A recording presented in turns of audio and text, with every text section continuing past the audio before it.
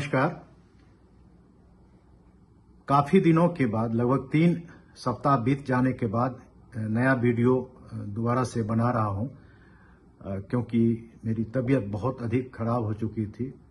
Almost अष्टमी के दूसरे दिन से ही मैं इस स्थिति में नहीं था कि वीडियो जो है बना सकूं। तो इसके लिए मैं क्षमा चाहता हूं और आज नया विषय पर हम चर्चा करने जा रहे हैं कि क्या चीन भारत को घेरने के लिए म्यांमार के अंदर खेल खेलने जा रहा है। भारत को इसे सतर्क रहने की जरूरत है। जी हां, जैसा कि आप सब जानते हैं कि 1 जनवरी 2021 को म्यांमार के अंदर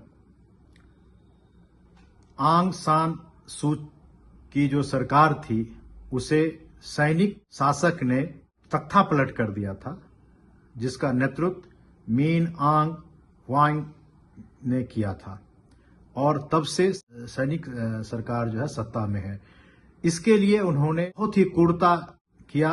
16,000 लोगों को अवैध रूप से गिरफ्तारी की, यौन शोषण किया, यौन हिंसा किया, बहुत सारे दुर्व्यवहार, क्रूरता, हत्या, दमन, सामूहिक हत्या, ये सारे के सारे जो है कृत्य उन्होंने किए और भी बहुत सारे अन्य दुर्व्यवहार किए गए थे और उसके बाद सत्ता पे आसीन हुआ। लगभग तब से लेकर के अब तक 25,000 परिवार जो है विस्थापित हो चुके हैं। 3 वर्षों के जो सैनिक शासन है, इस शासन का भारत और चीन के साथ क्या संबंध रहा है, यह सब भी हम बात करेंगे। चीन के संबंध और चीन की परेशानी क्या है इस सरकार से, विरोधी संगठनों द्वारा जो कि सैनिक शासकों का विरोध करता है, वो क्या परिवर्तन चाहता है, उनका जो हिंसात्मक जो ऑपरेशन है वो किस स्थिति में तक पहुंच गया है और उनका हमला इतना तेज क्यों हो रहा है, वो एमओपी के ऊपर क्यों इतना अटैक कर रहे हैं, और सभी बातें हम करेंगे इस एपिसोड के अंदर। एक बार फिर से राष्ट्रीय कर्तव्य चैनल पर आपका मैं आरपी सिंह हार्दिक अभिनंदन करता हूं। यदि आप इस चैनल पर नए हैं तो सब्सक्राइब करें। मैं देख रहा था, चूंकि बीमारी के दौरान और तो कोई काम होता नहीं है, दवाई और इसी सब चीजों को देखते हैं, तो उस दौरान मैंने यह देखा कि सब्सक्राइबर बहुत कम है, लेकिन जो दर्शक हैं, जो देख रहे हैं, वो मुझे लगता है 25,000 से भी ज्यादा अभी इतने नए चैनल के साथ है। इतना ही नहीं, जो देखने का जो समय है, अवधि है, वो अवधि दिन में 18-18 घंटा, 20-20 घंटा है। लोगों ने देखे हैं इतने ज्यादा, तो सब्सक्राइबर इतना कम है। मेरी विनती है, मेरा आग्रह है, आप सबों से निवेदन है कि जिन्होंने अभी तक सब्सक्राइब नहीं किया है, जरूर सब्सक्राइब करें और लाइक भी करें अगर पसंद आता है कंटेंट तो, और कमेंट्स करें। आपका कमेंट्स हमें बहुत ही उपयोगी होता है। साथ ही मेरा यह आग्रह है कि अपने दोस्तों में भी इसे शेयर करें ताकि वो भी इससे जुड़ सके। मित्रों, हम अब आगे बढ़ते हैं, देखते हैं कि चीन की परेशानी यहाँ पर क्या है। सबसे पहले तो मैं आपको ये बता दूं कि वर्तमान में जो म्यांमार का जो स्थिति है वो ऐसा क्यों हुआ है। चीन इसलिए परेशान है कि वहां पर साइबर अपराध है, साइबर क्राइम है, उसमें बढ़ोतरी हो गई है और म्यांमार के बॉर्डर से यह क्राइम है बहुत ज्यादा, और जिसमें जुआ बहुत ही इंपॉर्टेंट है और तस्करी, और इससे चीन बहुत ज्यादा परेशान है। यह आमतौर पर उत्तरी राज्य जो शान है उसके बॉर्डर से हो रहा है, जिसमें कुछ म्यांमार के लोग हैं और चीन के लोग हैं।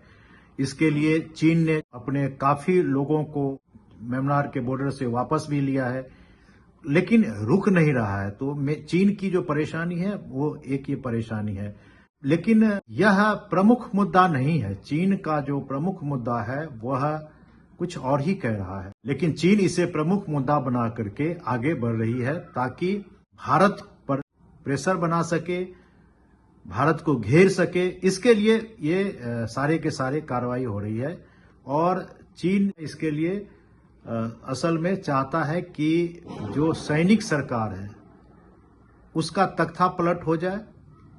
इसके लिए इसने जो वहां के हथियारबंद विरोधी गुट थे, सामाजिक विरोधी गुट जिसको कहते हैं, तो वो उनको जो है इन्होंने एक कर लिया। इसमें प्रमुख ग्रुप हैं वो ACF,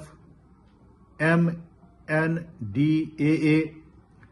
BPLA, AA, TNLA, ये सारे के सारे जो है ग्रुप जो पहले से वहां पर ऑपरेट करते थे और सैनिक सरकार के विरुद्ध, चूंकि जब ये सैनिक सरकार ने तख्ता पलट किया था उस समय में बहुत ज्यादा कुकृत्य किए थे, तो जिस वजह से इन्होंने सामाजिक ध्रुवीकरण करके एक संगठन बनाया। हालांकि ये संगठन पहले से भी काम कर रहा था, इतने विस्तार में मैं अभी नहीं जाऊंगा चूंकि मसला अभी दूसरा है कि भारत को जो घेरने की तैयारी चीन कर रहा है उसको काउंटर करने की हमें आज इस पर चर्चा करेंगे। लेकिन आप ये देखिए कि इस तरह से संगठन को उन्होंने ऑर्गेनाइज किया और इसका जो नाम है उसने रखा थ्री ब्रदरहुड अलायंस। ये चीन का दिया हुआ है और उसके थ्रू जो सैनिक सरकार है उसका तख्ता पलट करना चाहता है। इसके लिए इन्होंने कई तरह की कार्रवाई की है जो कि आगे हम बातचीत करेंगे।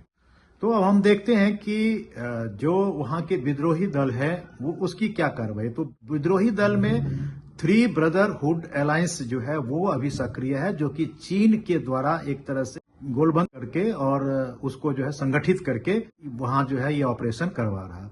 तो उसका एम क्या है? तो सबसे पहले वह चाहता है कि सैनिक सरकार का तख्ता पलट करे, जिसके लिए वो तरह तरह के ऑपरेशन लॉन्च करता है। इसके अंदर मिलिट्री आउटपोस्ट MOP पर अभी पिछले मंगलवार यानी कि 14 नवंबर तक 100 से भी अधिक ड्रोन से हमला किया है। परिणाम यह हुआ कि काफी जो MOP है उसके ऊपर विद्रोहियों का कब्जा हो गया। इस हमले के कारण जो बॉर्डर बेल्ट में जो लोग थे, जो कि हमारे मिजोरम के साथ बॉर्डर लगता है, भारत और म्यांमार का जो बॉर्डर है जो मिजोरम के साथ लगता है, उस बॉर्डर से लगभग 500 से भी अधिक लोग विस्थापित होकर के भारत में प्रवेश किया। लेकिन भारत के जो सैनिक है, सुरक्षा बल है या सीमा सुरक्षा बल है कह लीजिए, क्योंकि वहां पर वही डिप्लॉय है। मैं यहां पर आपसे एक और निवेदन करूंगा कि मैं सुरक्षा कारणों से आपको इसकी जो गंभीरता है उसको देखते हुए और जो देश के सुरक्षा से संबंधित है उन बिंदुओं को थोड़ा सा कट करके ही बात करूंगा, चूंकि सुरक्षा सर्वोपरि है सबसे पहले। तो इसलिए जो BSF है उन्होंने इन लोगों को बॉर्डर पार करते हुए पकड़ा था। इतना ही नहीं, लगभग 43 कहते हैं 50 मान के चलिए आप, जो म्यांमार के जो सैनिक हैं वो भी जब विद्रोहियों ने हमला किया था मिलिट्री आउटपोस्ट पे, तो उससे जब कुछ कब्जा हो गए तो उसको छोड़ करके भारत में आ गए थे हथियार समेत। तो इन सब को भारत ने वापस कर दिया। चूंकि भारत का मानना है कि सैनिक शासन या सत्ता पलट हो तो कैसे हम बैलेंस बनाए, ये हम आगे बात भी करेंगे। तो उस हिसाब से भारत की जो सरकार है या जो सुरक्षा बल है वो कार्रवाई करती है। तो ये भारत ने सबको वापस कर दिया। ये थ्री ब्रदरहुड है, इसका हमला इतना तेज हो गया है कि कुछ हवाई अड्डा है उस पर उड़ानें बंद हो चुकी हैं। आप सोच लीजिए कि बर्मा का जो हालात है वो कितना भयावह हो चुका है। और हमारे जो साथी हैं, जो सहपाठी हैं, जो मणिपुर में हैं, उन्होंने जो मुझे जो सूचना दी है उसके आधार पर जो ये ब्रदरहुड अलायंस है उनका कहना है कि बहुत जल्दी सत्ता वो सैनिक शासन से छीन लेंगे, इतना ज्यादा इनका अटैक है। तो ये बिना चीन के सह से हो नहीं सकता, ये तो आप जानते ही हैं। तो ये सारे के सारे चीजें जो थ्री ब्रदरहुड ने जो वहां पर बना रखा है और आक्रमण दर आक्रमण किए जा रहा है, उससे सैनिक शासक जो है बहुत ज्यादा परेशान हो रखा है। ये तो है जो थ्री ब्रदरहुड के जो एक्टिविटीज है उसके बारे में मैंने बताया। अब यहाँ पर भारत की स्थिति आ जाती है, चूंकि हमारा जो यह चैनल है वो राष्ट्रीय कर्तव्य चैनल है। राष्ट्र हित में जो बात होती है हम उसको ज्यादातर उठाते हैं। और अभी आप ये देखिए कि सभी लोग हमास, इजराइल, फिलिस्तीन, गाजा बेल्ट के ऊपर उलझे हुए हैं। इधर यूक्रेन और रूस का युद्ध अपने आप में अलग इंटरनेशनल इशू बनाया हुआ है। इस बीच में कई दिनों से जो हमला किया जा रहा था और जो चीन का प्लानिंग था उसको इसने इसी बीच में काफी तेज करवा दिया है। तो आप ये सोच सकते हैं कि भारत को घेरने के लिए कितना ज्यादा परेशान है चीन। पहले श्रीलंका को लिया, बांग्लादेश को कोशिश किया, पाकिस्तान तो आप समझ सकते हैं कि पूरा का पूरा जो है उन्होंने किस हिसाब से पूरे पाकिस्तान को अपने कब्जे में कर लिया है। उसी तरह से अभी जो नई सरकार बनी है मालदीव के अंदर, ये सारे के सारे जो हमारे जो पड़ोसी मुल्क हैं उसको चारों तरफ से उसके अपने कर्ज के दबाव में या दूसरे सैनिक साजो सामान के मदद से इंफ्रास्ट्रक्चर बना करके वो चाहता है कि भारत को हम घेरें। लेकिन भारत अपनी जो कूटनीतिक है उसके लिए काफी अग्रसर होती है। भारत अपने कूटनीति पे बहुत ज्यादा ध्यान देती है, जिससे कि चीन का जो मंसूबा होता है उस पे पानी फिर जाता है। तो अभी जो भारत की स्थिति क्या है, क्या होनी चाहिए, इस पर हम अगर बात करते हैं तो देखते हैं कि भारत अभी वेट एंड वॉच की स्थिति में है। चूंकि भारत को दोनों पक्ष से, विद्रोहियों से भी और सैनिक शासन से भी, और जो भी वहां पर सत्ता में रहा है उसके साथ बराबर का जो या तो आप कह लीजिए कि डिस्टेंस या प्रेम, दोनों बराबर उसके साथ संबंध रखने की जो है चेष्टा भारत करती रही है शुरू से ही। तो इससे क्या होता है कि जो भी वहां पर आएगा उससे बैलेंस बना रहेगा। दूसरा, चीन जो है भारत को घेरने के लिए म्यांमार में पहले से ही तख्ता पलटा गया। 2021 से पहले ही अरबों डॉलर का इन्वेस्टमेंट कर चुका है वो बेसिक इंफ्रास्ट्रक्चर के लिए, बुनियादी ढांचा बनाने में कर रखा। तो इससे चीन अगर अभी वर्तमान सरकार को उस पर बहुत ज्यादा फोकस नहीं दे रही, वो सरकार भी भारत से भी और उससे बराबर का ही संबंध बना करके रखना चाह रही है। तो इस हालात में चीन को परेशानी है कि कहीं ऐसा न हो कि हमारा जो किया कराया है सारा उस पर पानी फिर जाए। तो इसलिए चीन चाहता है कि जो ये साइबर क्राइम है उसके नाम पर हम पूरा का पूरा सत्ता परिवर्तन कर दें और जो नया शासक हो वो मेरे मुट्ठी में हो। तो ये जो है सरकार चीन की चाह रही है। इसके लिए चीन ने अपने विदेश मंत्री को भेजा, वहां पर शासक है उससे बातचीत हुई, लेकिन बहुत आगे बातचीत नहीं बढ़ सकी, जिस वजह से चीन काफी परेशान। अतः इन सब को देखते हुए भारत को चाहिए कि वो इस पर नजर रखे। विश्व का जो अभी ध्यान इजराइल, रूस, यूक्रेन, हमास, फिलिस्तीन की तरफ है, वहां भी ध्यान रखे, लेकिन अपने पड़ोसी के ऊपर भी ध्यान रखे। मेरा ये साफ कहना है कि ध्यान रखने की का जो है बहुत ही उचित समय है, चूंकि दोनों ही भारत और म्यांमार के जो संबंध है वो बहुत पहले से भी अच्छे रहे हैं और अब भी अच्छे की ही उम्मीद है। लेकिन परिवर्तन अगर होता है तो भारत को उसके हिसाब से देखना होगा। राष्ट्र हित में मैं यही कहूंगा कि जो विदेश मंत्री हमारे एस जयशंकर हैं, उन्होंने बहुत ही साधा हुआ बयान दिया है और उन्होंने भी यही वेट एंड वॉच की नीति को अपनाया है।